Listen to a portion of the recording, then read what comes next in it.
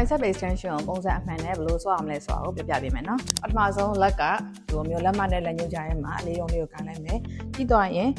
လက်မောင်းလေးကိုလို့ဒီနရွက်နောင်လေးမှာပဲထားမယ်လက်မောင်းကနရွက်ရဲ့ရှေ့ကိုရောက်လာတယ်နော်ပြီးရင်လက်မောင်းကိုအတက်နိုင်ဆုံးခေါင်းလေးဘေးမှာကတ်ထားမယ်ပြီးတော့မှအောက်ကိုဆွဲချခန္ဓာကိုယ်ဒီလိုကြီးကောက်မသွားစေနဲ့ခန္ဓာကိုယ်လေးကဘိုက်ကလေးကိုရှေ့မှာညှစ်ထားမယ်အပေါ်ကိုစန့်တင်မယ်လက်ထောင်လည်းအားကြီးဆန့်ထုတ်မပြတ်ဘူးနော်အောက်ကိုပြန်ဆွဲချမယ်ပြန်ဆန့်တင်မယ်ပြန်ဆွဲချမယ်